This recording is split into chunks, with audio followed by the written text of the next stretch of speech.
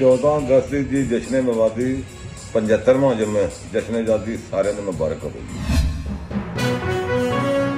अहम इश्यूज हों या मुल्की और गैर मुल्की शख्सियात की प्रेस कॉन्फ्रेंसेस, हर लम्हा बाखबर रहने के लिए हमारा यूट्यूब चैनल सब्सक्राइब करें। बावसूख ज़राए से मुसद्दिक़ा खबरों, तज्ज़ियों और तबसरों से मुस्तफ़ीद होने के लिए अभी हमारी वेबसाइट को विजिट कीजिए। इसके साथ साथ आप हमें फेसबुक पर लाइक और फॉलो भी कर सकते हैं।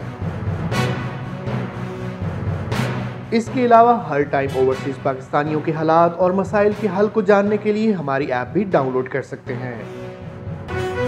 हम कर रहे हैं आपको हर लम्हा बाखबर, क्योंकि है 39 न्यूज़ पर आपका एतबार।